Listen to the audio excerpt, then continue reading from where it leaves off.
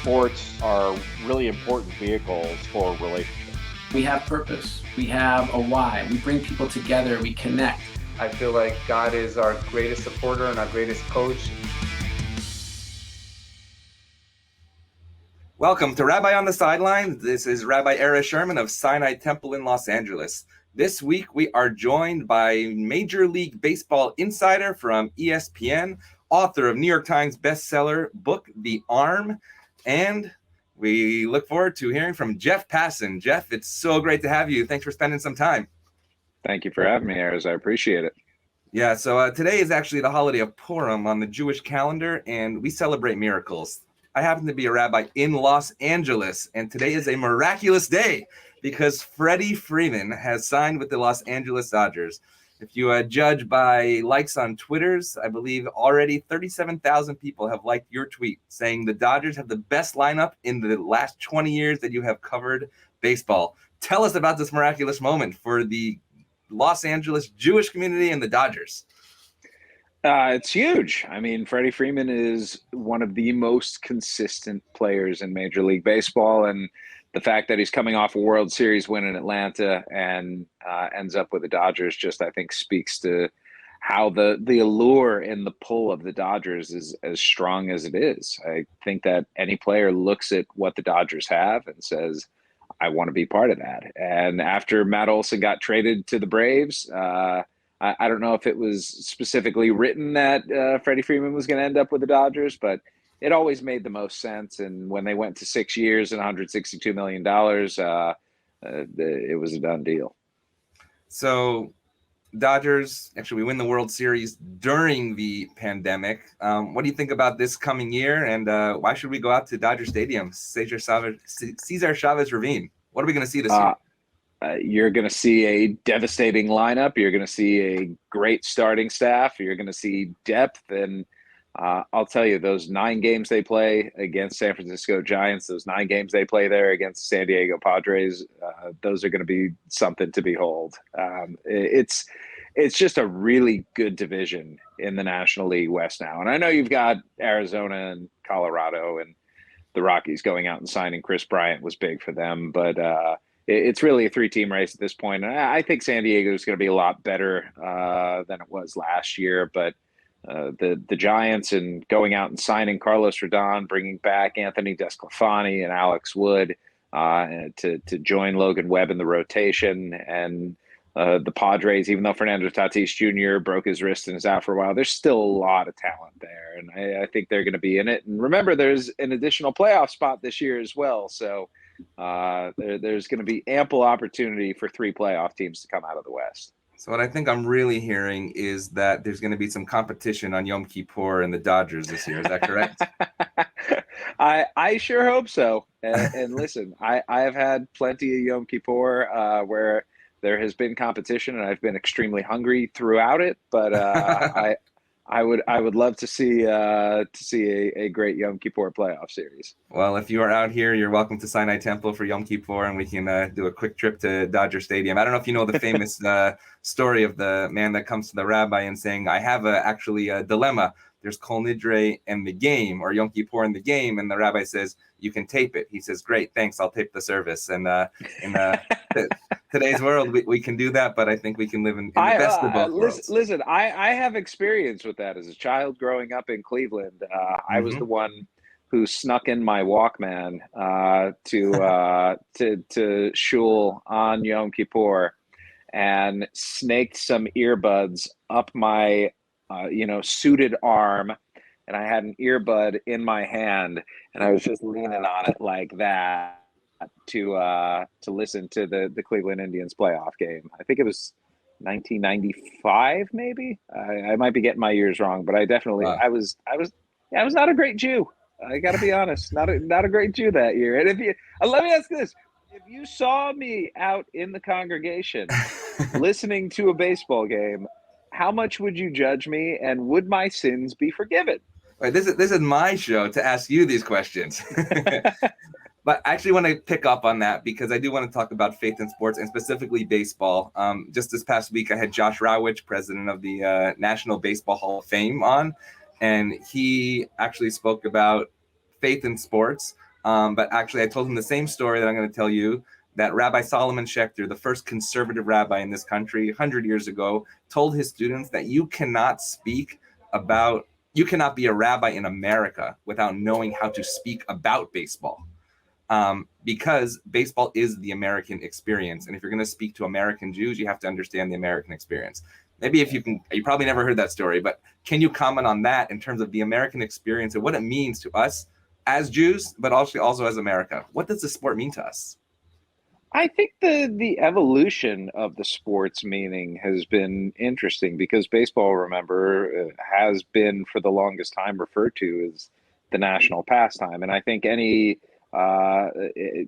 sports fan who wants to acknowledge reality now would say that football is America's pastime in 2022. So baseball's changed to more of a local sport, but I think the nature of that and the parochialism that comes from that does give it a different type of meaning than it once did. You know, not everybody is necessarily tuning in to playoff baseball games, but if your team is in it, if your city is part of it, if your community can rally around it, that to me is where sports, regardless, whether it's baseball, football, basketball, hockey, soccer, you know, any professional sport, men's or women's, is going to have a community rallying around it. And I think that's the parallel with religion. You know, people talk about sports as religion all the time. And I think they say that because it brings out the same types of emotions. Yes. People see in sports, you know, I'm not trying to be blasphemous by any means, but they see it as a godly pursuit. And I've never looked at it that way. I've always tried to have a healthier perspective on it. But if there is anything that gets people riled up like religion, it's sports. And if there's anything that gets people arguing or talking,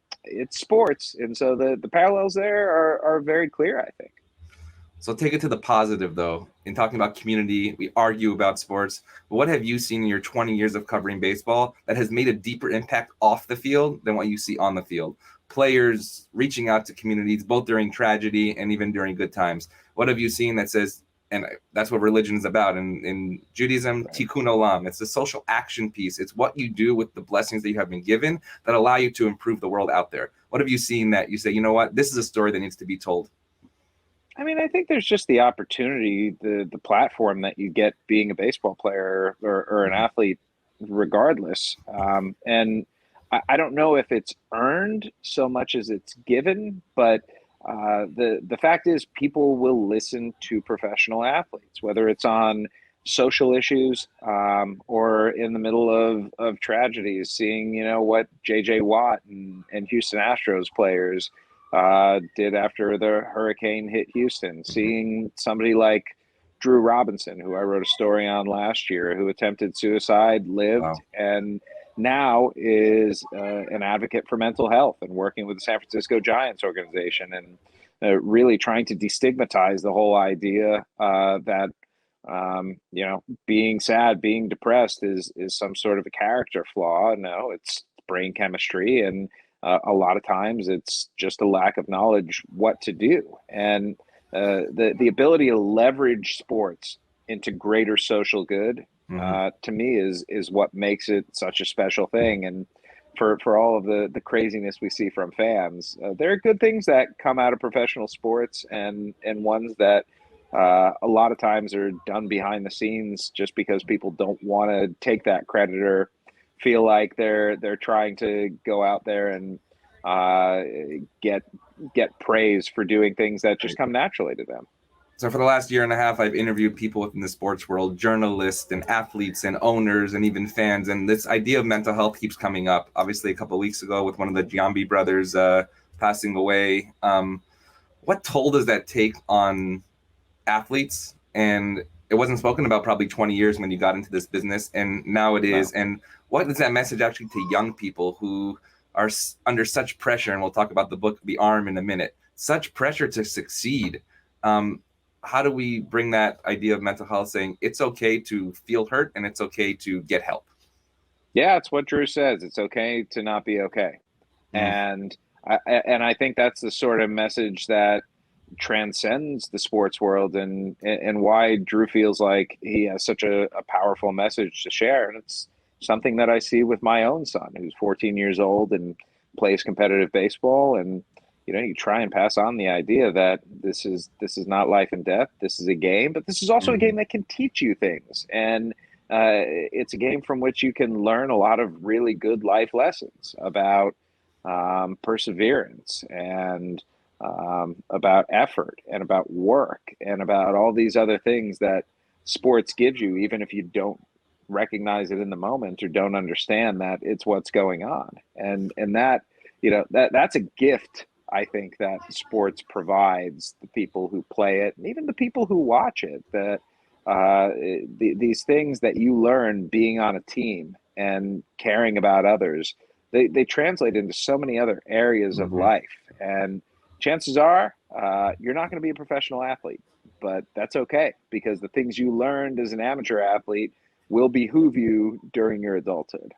Absolutely. So take us back to your journey. You're the senior MLB insider. You know the scoop on basically everything. People look to you, but how'd you get there? You're a Syracuse University grad. You covered all the sports. It's a sad day here to talk to you, and our Syracuse Orange are sitting at home. But what was that path? You covered basketball, football, lacrosse, all different stories, but now you've become the man. As a kid, was it baseball? Was it sports? Did you see yourself in this moment? No, I never anticipated that I was going to be on TV. I mean, look at me. Like, it's still weird. But I my dad worked at a newspaper in Cleveland for 42 years. So I had just assumed that I was going to be a newspaper person my whole life, but the business changed, and I started my career off at the Fresno Bee and went to the Kansas City Star. So college basketball the first 2 years, baseball those next 2 years, and then I went to Yahoo Sports, where I had 15 excellent years, and I've been at ESPN for the last 3 and change now, and I have the best job in the world. Like, no offense to you or anyone else, but I get to write about baseball for a living. So I get to speak about baseball. Yeah, that's true. It's a fair point. Actually, I had Dan Schulman on last year during the pandemic while he was doing basketball, obviously the Blue Jays announcer, ESPN Sunday Night Baseball. And he said, if you love what you do, then you do what you love. And I think that's so true. You were on the Jim Rome show just a couple of weeks ago, obviously speaking about the lockout. We'll just talk about that for a moment. But let's listen to this about why you love baseball, and we'll chat about that. Love baseball. I really love baseball, not just because I've spent 20 years doing this job. I love everything about baseball, that it is a thinking person's game, that you can have athleticism and you can have power, and there's so many different elements. You don't have to be 6'3", 220 or 6'11". You can just be a 5'7" guy, or in Jose Altuve's case, a 5'5" guy who can go bat to ball and become a superstar. But the game's pace right now, it doesn't work long term. It's just not sustainable. And I think the fact that MLB right now is more focused on trying to tamp down on the players than it is prioritizing the product on the field is concerning. So it's a game for everybody. Let's chat about that for a moment. 5'7", 6'3", doesn't matter what you look like. Baseball is an equalizer. Thoughts? It's what makes it so great to me. I mean, I'm a 5'9" Jew, and I played. There's just it's open to the world, and I don't just mean that in a sense of how big you are or how strong you are, but there are players from Japan, from Cuba, from the Dominican Republic, from Venezuela. The baseball is played everywhere, and I understand the universality of basketball, especially with the inroads that it's made in China, has changed that sport a little bit and how it's really got a grip on Europe. But baseball is the most popular sport in Japan and down in the Caribbean and in parts of South America for a reason, because I think it's similar to soccer in that regard, honestly, in that physical size matters less than skill. And if you have skill, you can play the game and play it at a really high level. So let's talk about Japan for a moment. In your book, if you haven't read this book, The Arm, Jeff Passan's New York Times bestseller, Inside the $1 Billion Mystery, the most valuable commodity in sports. I've been pointing to this all week long, the UCL. I learned more about the UCL in this book than I'll ever want to know, even though before being a rabbi, I wanted to be an orthopedic surgeon. But my kid's 8 years old and he's playing Little League. And I guess after this book, thank God he's on first base. Tell us about this UCL and the idea that we keep doing damage to our elbows and needing Tommy John surgery at the age of 13 and 14. Is there a cure? And first, let's talk about the problem. And then is there a cure to make sure that we can do a little better? I don't know what it says about me that my 14-year-old's a pitcher. So maybe I'm just a crazy one, honestly. But the ulnar collateral ligament is a small triangular band of flesh inside of your elbow. It holds together your upper and lower arm bones, and throwing a baseball quite often causes it to fray and eventually snap. And Tommy John, the great Dodgers pitcher of the 1970s and 80s, I mean, he pitched forever, had the first ulnar collateral ligament replacement surgery. And Dr. Frank Jobe, the renowned orthopedic surgeon at the Curl and Jobe facility in Los Angeles, did it.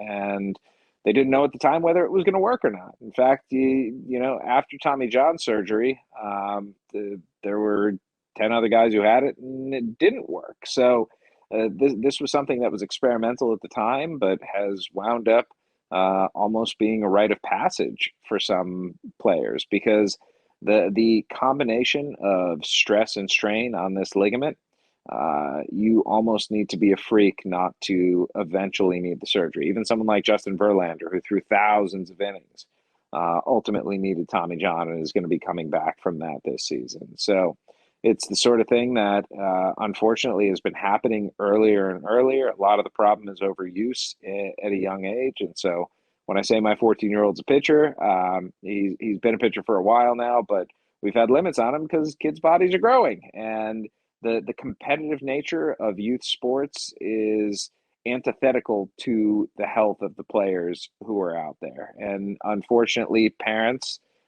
sometimes get delusions of grandeur, and those delusions lead them to believe that winning a youth tournament at 10 or 11 or 12 years old is worth sacrificing the future health of the kid going out there and trying to help them win it. And as much as we're learning about the arm now, as much as we know about the arm already, it's ultimately going to be on parents and on coaches and on their willingness to look long term rather than try and do something in the short term.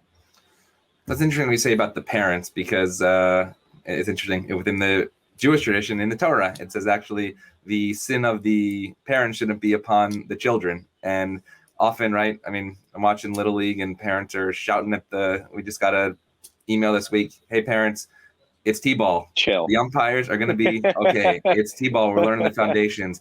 How much do you see actually on these young players? I mean, some of these guys are going into the minors, the majors, 18, 19 years old. Is it the love of the game for these young people, or is often these parents that are pushing them to that limit? I mean, it depends. For some of them, it certainly is. The ones who are lucky enough to have parents with a healthy outlook and attitude about the whole thing, I think, really benefit from it. For some, at a very young age, it's turned into a business, and that's sad. I've said this to my kid a million times. The second you don't love baseball anymore, you can stop. Now, I don't think you should, because I think that it's a healthy thing to let your kids make decisions, but it's also important for them to understand seeing something through and following the talent that they have and trying to maximize it. So it's always just a balance, and it's a hard one to strike. Absolutely. So when we talk about balance, I want to talk about actually a player that has a pretty amazing balance on the field, Shohei Otani, basically today's Babe Ruth. And you got into little healthy disagreement with Stephen A. Smith about his role and actually his ability to speak English and what it means to play this sport in America. So let's watch this clip and we'll talk about what Shohei Otani means to baseball, but also to America and bringing people together. Shohei Otani came to this country at 23 years old. He left behind his family, he left behind his culture, he left behind his country.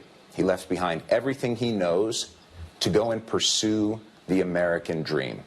He wanted to come here and be great. And he is the sort of person who this show and who this network and who this country should embrace.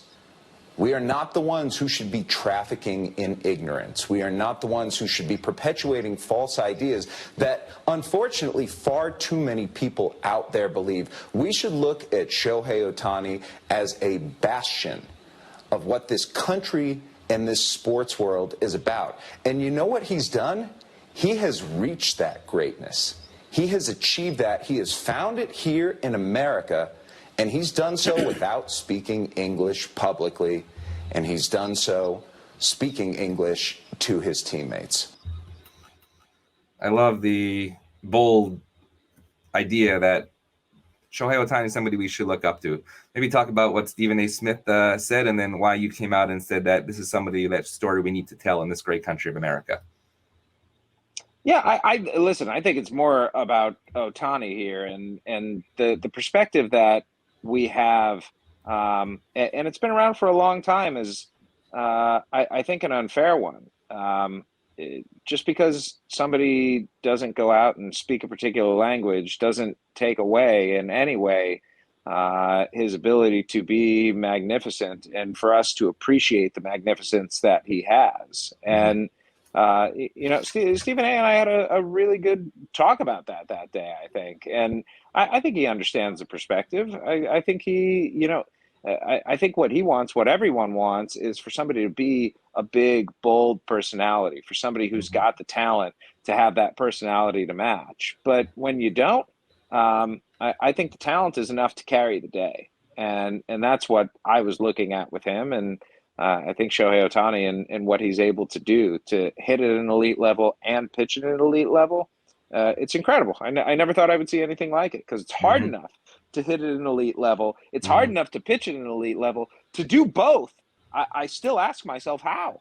How does he do this? How does he balance this? And so a couple of years ago, you actually wrote an article saying, I don't think he could do this. And then obviously you're proved wrong. Oops. But later on in that episode with Stephen A. Smith, I just want to play this clip real quick, because this goes back to what you said about judging you on Yom Kippur. That's why I didn't answer that now. I want to answer it through how you answered how we judge ourselves. So check this out. I had my own moment 3 years ago with Shohei Otani where I had to apologize. Back in spring training, I wrote a column after talking with scouts that said Shohei Otani is going to have trouble hitting in the big leagues. And it fell on its face. And a month later, I didn't just write an apology. No, I think it was like a week later. I didn't just write an apology, Stephen A. What I did was I went back and I looked at what I had done wrong. I looked at, why did I write this? The people who I talked with, were they all a certain age, of a certain background, of a certain race? Did they all have the same sort of education and maybe fell to the same biases? I dissected what I did wrong. I did an autopsy on myself and how I approach things. And that's all I want anyone to ever do. And I appreciate us having this conversation is part of your autopsy. There you go. You answered it yourself. I guess we call that tshuva in the Jewish religion, and that's what we do in the month leading up to the high holidays. We do an autopsy on our soul. Tell us about that moment of why you said, and the ability. That's not an easy thing to do. The ability to say publicly, I was not right in that moment. I don't think it's a hard thing to do, because I think that if you show the ability to say, I'm sorry, I was wrong, it's a whole lot more credible. And you gain credibility by acknowledging that you're fallible, you're human, you're going to make mistakes and errors. And the sooner you own up to them when it's clear that you've done it, the sooner, hopefully, people are going to see that, hey, this person's genuine. He's not going out there saying something just to get a reaction or just to say something. Yes. And I look at it as a responsibility. Like I want people to check what I have to say. And I want to be accountable to the audience that I do have, whether it's people who are seeing me on TV, reading, on Twitter, interacting with me, whatever it is. I'm lucky that they find my information or my opinions important enough to be a part of their lives. And I think if I ignore the fact that I am nothing without them, then I'm doing myself and everybody else a disservice at that point. And so it's just like I'm not gonna pat myself on the back and say I've got great humility. What I will say is I think humility is an important thing, and I think that the people who embrace that idea of humility, of fallibility, of being wrong, and of acknowledging when you are, it doesn't just lead to more credibility. I think it leads to happiness. Like if you see that you can be vulnerable enough to say I was wrong, and that people will embrace you still. I mean, what does that say about the beauty of humanity? I think it says everything. So based on what you said there, I'm not sure if you listened to the Cleveland game or to the Rabbi sermon on Yom Kippur. That is amazing. That's exact. I love how baseball teaches that, but as we just talked about, the parallel between sports and religion, that's exactly what faith teaches. Not to stand and say that I am right, because when you said, how would you judge me? Actually, it's exactly what you just said. It's how would we judge ourselves in our action, and then within a community. I love that you said that, like, I am nobody if I am not within a community. So that is the answer to the question that you asked me earlier. And when we talk about community, I think, and let me just say this. Yeah. I definitely felt guilty about it, but the fact that I could tell everybody around me what the score was, they appreciated me. So I was part of that community that day.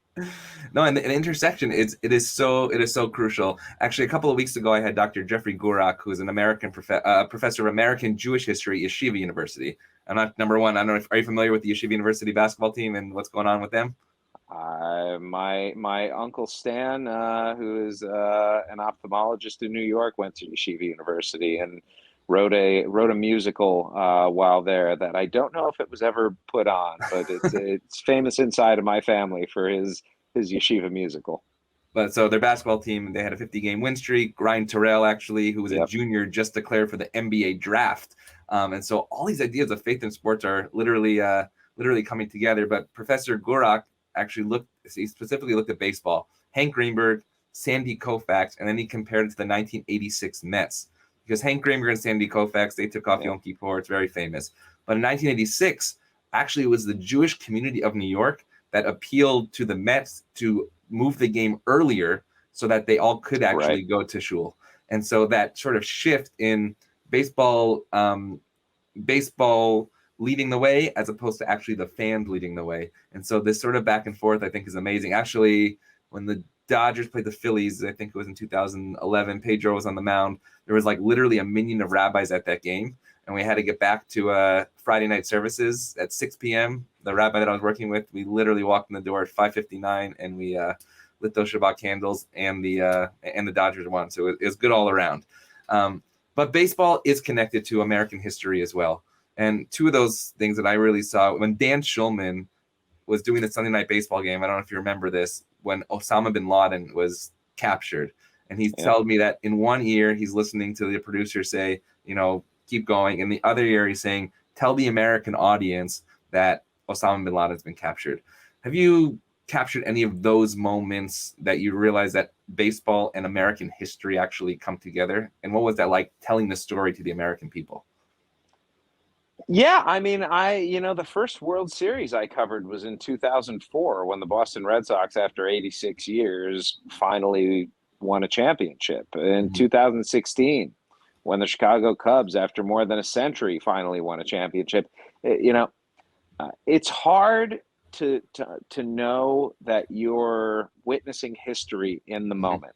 But when it's something as obvious as that, it ratchets the pressure up, certainly, because I know that I'm privileged enough to be one of the people who are going to be telling the story of what it was like on that day.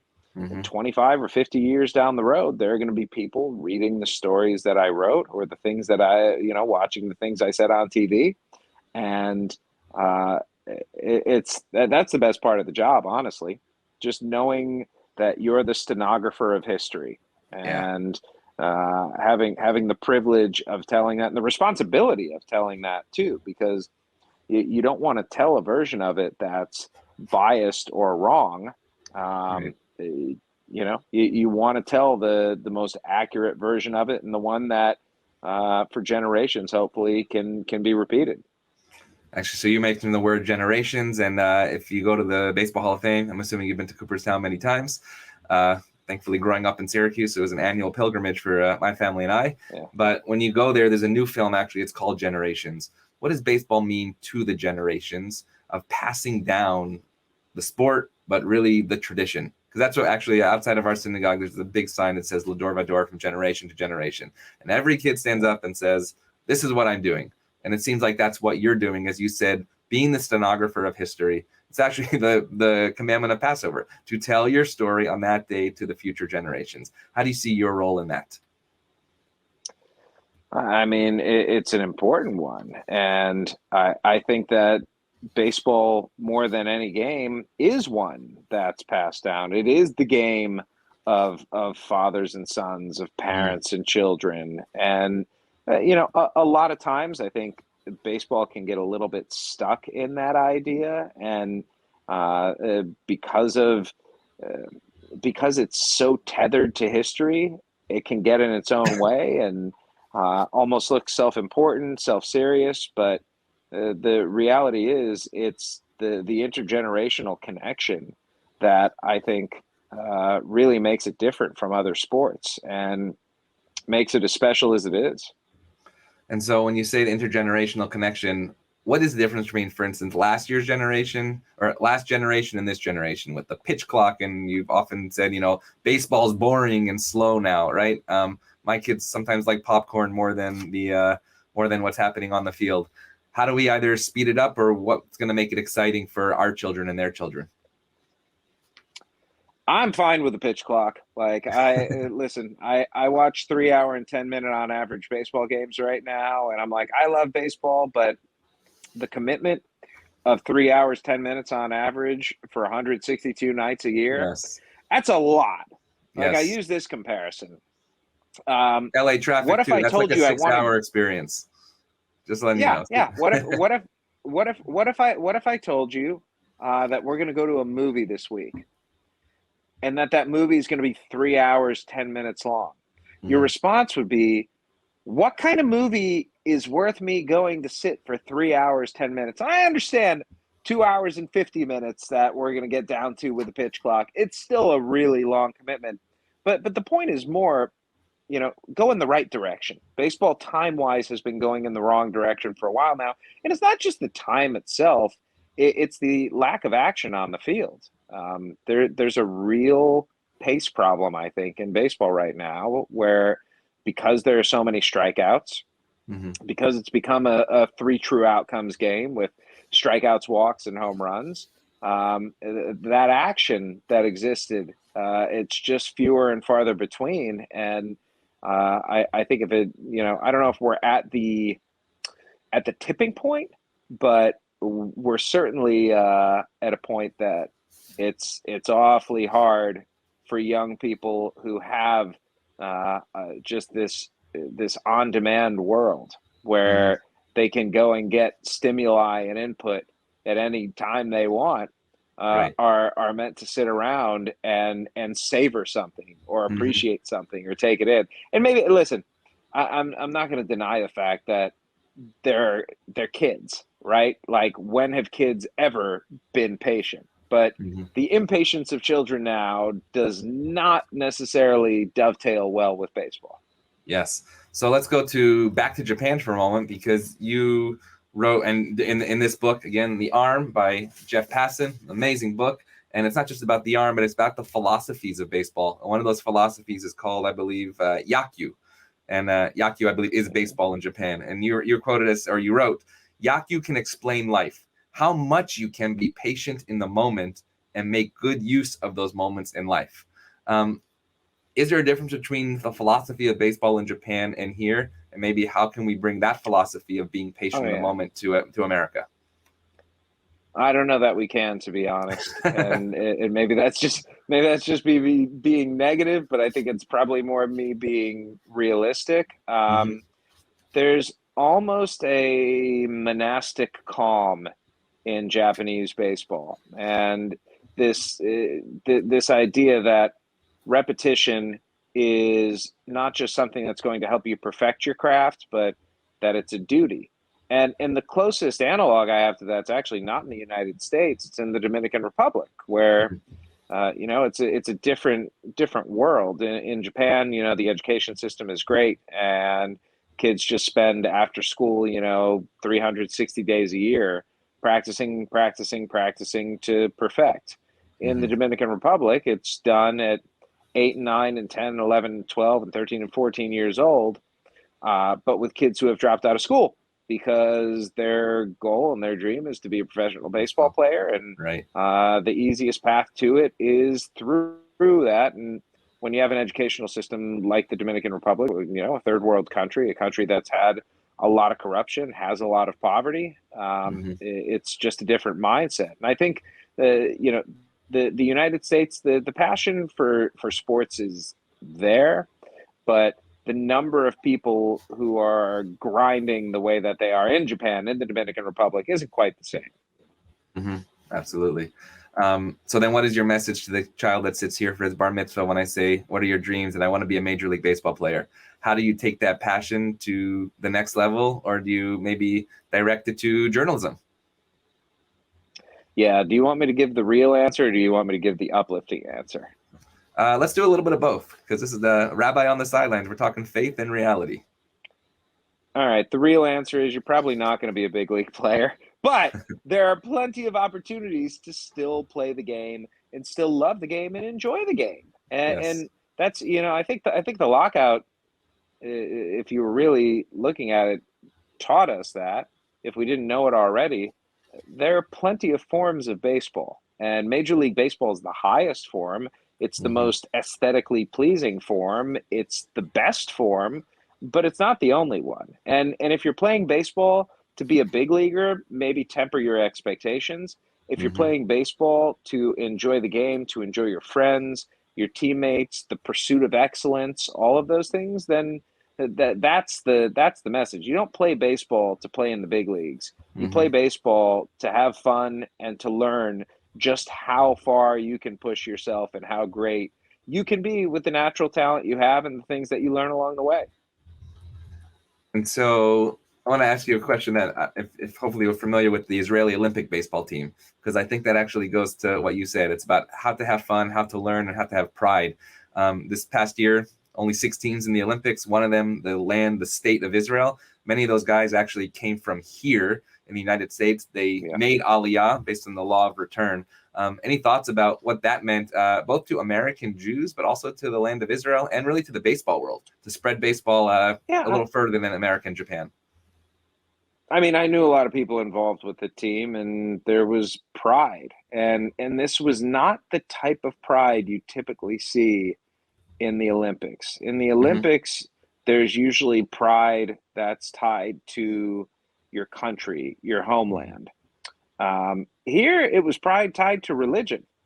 It was pride tied to Judaism. And, listen, baseball, by its nature, is a very Christian sport. It's just the player population is overwhelmingly Christian. It's why we revere Sandy Koufax and Hank Greenberg the way that we do, because they're anomalies and their excellence really stands out. And so when you run into a Jewish ball player, it's like, hey, you exist. Like, see ya. And it's why why we see an Orthodox Jew getting drafted this year. Yeah, Steinmetz. Yes, Steinmetz getting drafted, and Ellie Kligman going and playing high Division I college baseball. I mean, it's not a sport. It's not a sport that is inhospitable to Jews necessarily, but it's not a sport that is overwhelming with them either. And so I think to see the team that Israel put out there and to see them be in the Olympics, it was a cool moment and a moment of pride for a lot of people. There are actually a lot of Jews, obviously, in the ownership, the management world as well. One of those is Ben Zouzler, the assistant GM of the Mets, who actually started his career in statistics through the Oscars. I don't know if you're familiar with what he did with the Oscars. Do you know about that? I am. Yeah. So, and by the way, Ben is actually married to a rabbi, which is pretty amazing. So, a colleague of mine. So he definitely that I did not know. Yes, moving to New York. And what is the role of statistics? When you look at Ben, he said, like, I'm not a baseball player. I love the game. I play Little League, but I love stats. And he talked earlier about skill and talent and God-given talent.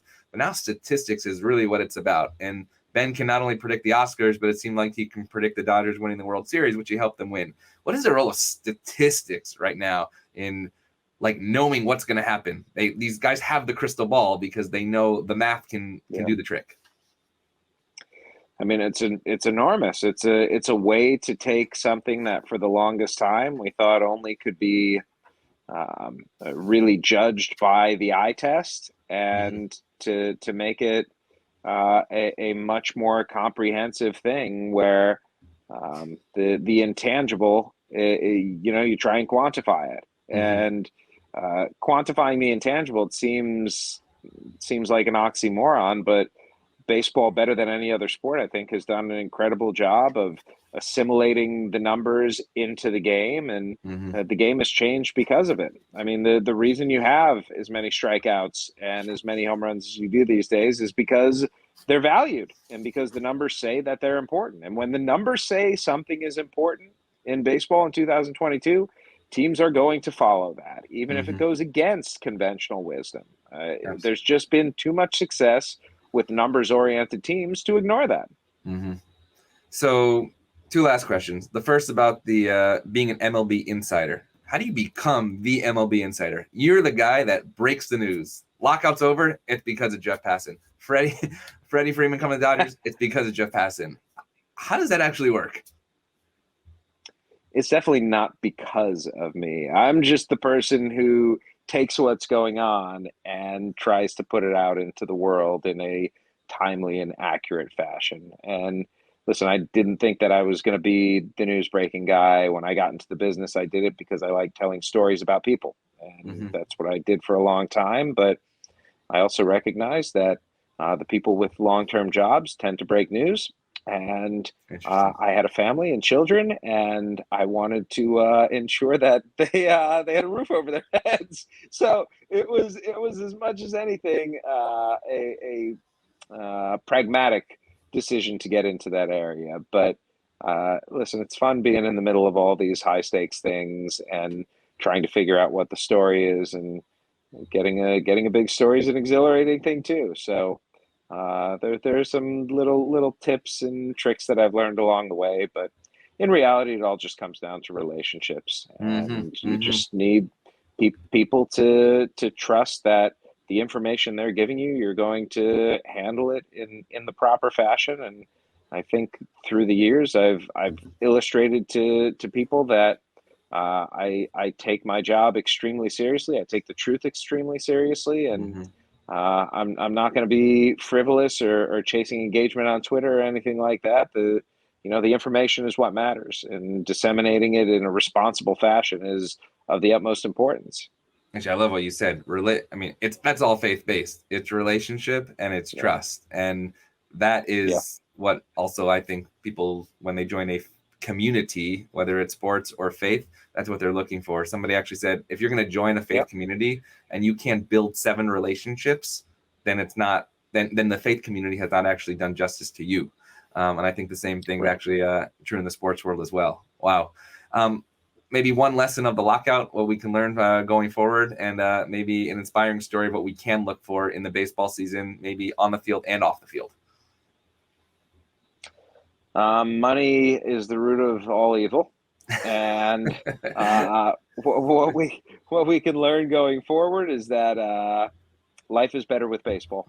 And I think we knew that already. I think we understood that, but after watching what essentially amounted to haggling over dollars, and there were some elements of the future of the game in there as well. But this was really a money fight. After seeing that, it's just nice to hear the crack of the bat, the pop of the mitt, have the sights and sounds and smells of a stadium, and realize that even if it's a week later than anticipated, baseball's back, and we're all better for it. And LA is going to be the host of the All-Star game. Is there somebody that we're not thinking about that we're going to see on the field this summer for the All-Star game at Dodger Stadium? Are you asking me to predict All-Stars, Rabbi? Come on. I can't do that. They haven't gotten on the field this year yet. I'd say this. No. I think Freddie Freeman's going to be an All-Star for the Los Angeles Dodgers this year. How about that? Amen. Amen. We are so thrilled to have Jeff Passan, Rabbi on the Sidelines, Major League Baseball insider for ESPN, author of New York Times bestseller, The Arm. Make sure you get your copy. We look forward to following you, following baseball, America's greatest pastime. Jeff, it's a pleasure to have you. Thanks so much. Thank you for having me. Really appreciate it.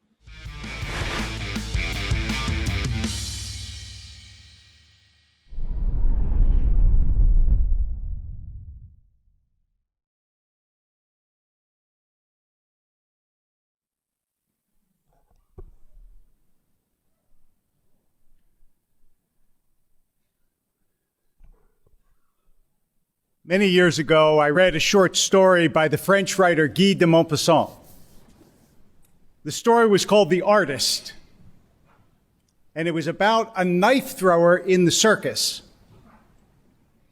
And he threw knives in perfect circle around his model, who happened to be his wife. And one day, the knife thrower found out that his wife had been having affairs. And he thought to himself, this is the perfect setup. Because all I have to do is say, I slipped. I made a mistake. But he goes on in the story to say, I couldn't do it. Not because I didn't want to, I really wanted to, but because I'm a professional. I couldn't bring myself to violate my art for my desires. And when I read that, it reminded me of a very different story, this time a true one, that Primo Levi, the great writer, the chemist, who wrote Survival in Auschwitz, wrote in his book about a bricklayer in Auschwitz. And the Nazis told this bricklayer to build a wall, and he wanted to build a bad wall because he hated the Nazis. But he couldn't do it because he was a professional bricklayer. And it was going to be a reflection of his inner sense of who he was. So even though he wanted to do it wrong, as the knife thrower wanted to do it wrong for very different motivations, he couldn't do it. And that story, those stories together, explain something about your Seder last night that may have puzzled you. The maror is bitter because of the bitterness of slavery, and that makes sense. The salt water is salty because of the salt of the tears, and that makes sense. But the charoset is supposed to be the mortar of the bricks that the Israelites built, and it's sweet. Why is it sweet? Charoset shouldn't be sweet. It's the mortar. But the reality is that even though slavery was horrible, even though it says in the Torah that the Egyptians embittered the lives of the Israelites with hard labor, the point is there is something about accomplishment, even if you don't want to have to do it, that is sweet. When the Israelites wanted to go back to Egypt, one of the reasons I'm convinced they wanted to go back is at least there they were creating something. In the desert, they couldn't build until they came to the golden calf, and that was a mistake. This is why, again, my own theory, only one holiday is called the time of our joy, Zman Simchatenu. And what holiday is that? Sukkot. Because on Sukkot, you build something. You make something. You create. And creating has its own sweetness. And so what is the lesson of the charoset? Because what you do with it is you eat it together with the maror.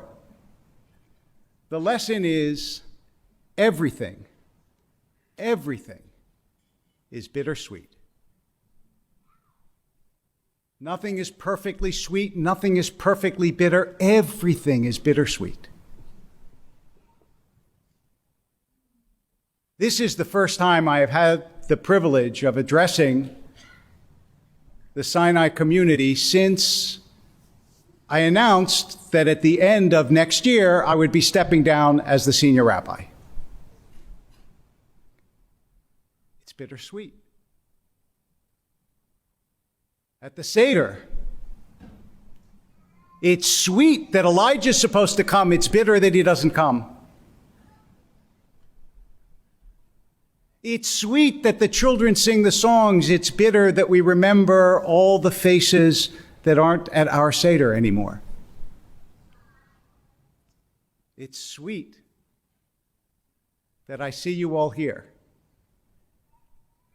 And there is something bittersweet about the reality that one day I won't be here.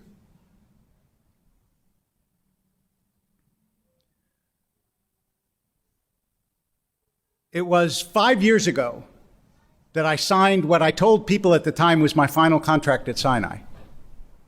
So I've known the day was coming. It came a little sooner than I had first thought because I did not know all the things that would happen over the last 5 years, especially and most beautifully, that the synagogue would be blessed not to have the fight that so many synagogues have over who is going to be the successors. And even though I must say that Rabbis Guzik and Sherman said to me 100 times, you should stay, no, you should stay, you should stay, I remembered what my father taught me a long time ago when he retired, which is that you have to give the people who will come after you the space to create on their own. And that you have to be willing to step aside to make room for others, and that's what leadership does.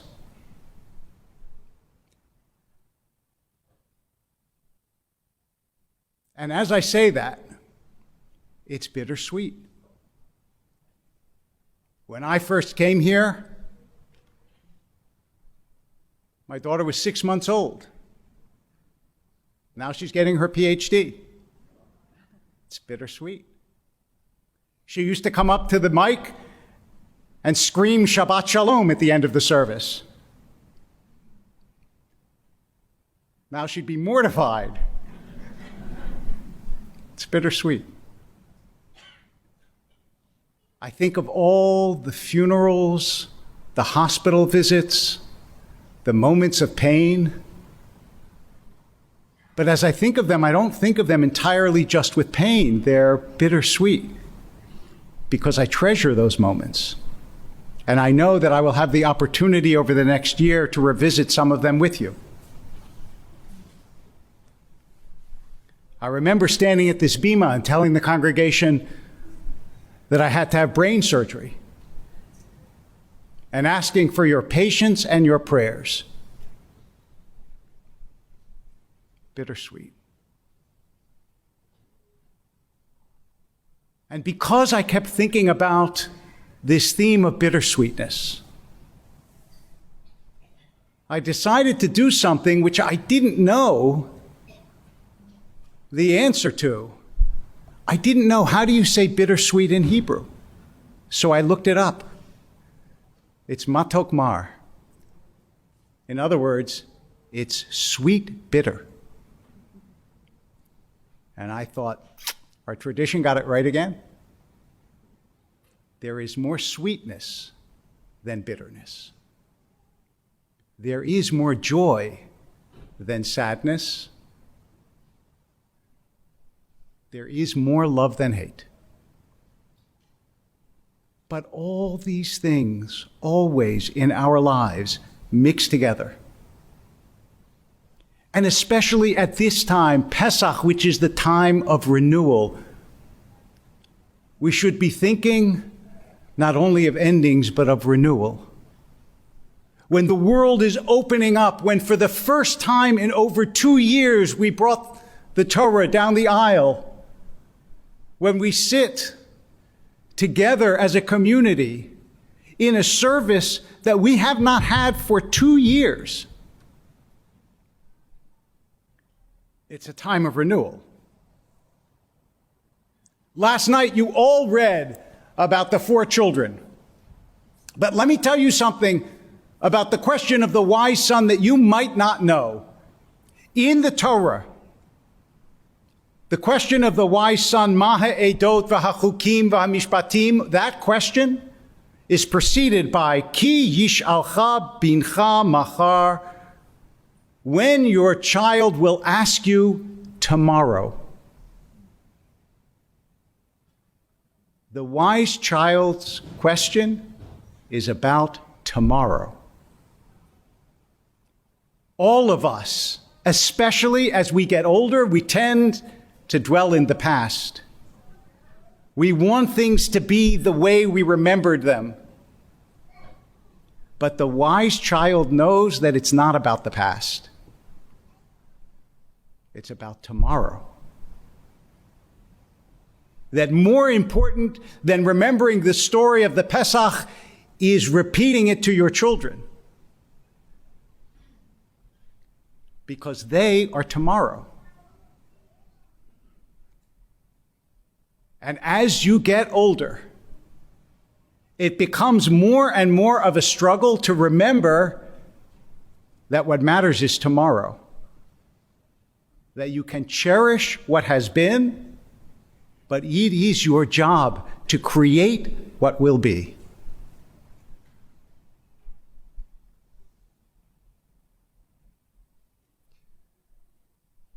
A couple of decades ago, my father retired from his synagogue, Har Zion, that he had been at for some 40 years.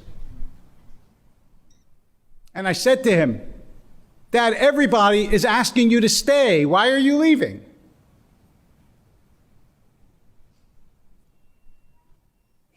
And he said, David, I want to leave when they're asking me to stay. And not stay when they're asking me to leave.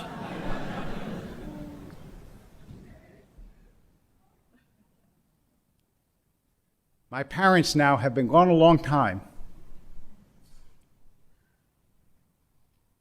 But I still carry them in my heart every day.